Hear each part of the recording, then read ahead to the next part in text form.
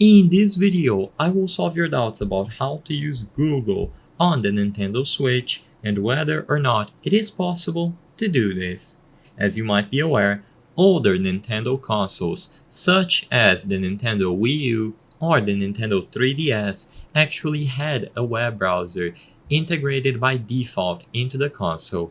It was extremely bare bones, but you could navigate the web using those web browsers. It was extremely fun to do, and even though they were slow and mostly not reliable, like I said, it was a fun thing to do on your off time or when you just want to explore tools around your Nintendo console.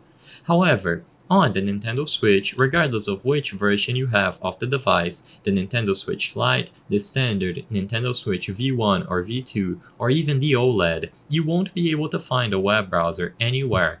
If you go over to the home screen and you try browsing through the icons on the navigation bar, you can find plenty of useful tools. However, an internet browser is not going to be accessible.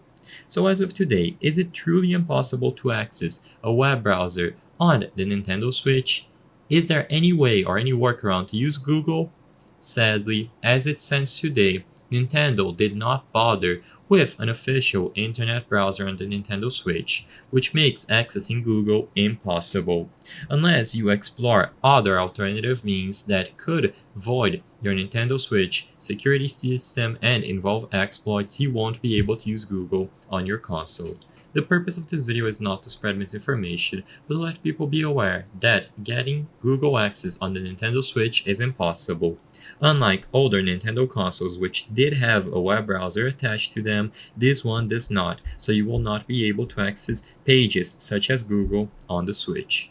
If this video cleared up any questions that you had, please be sure to leave a like and subscribe for more very easy tips. Thank you for watching.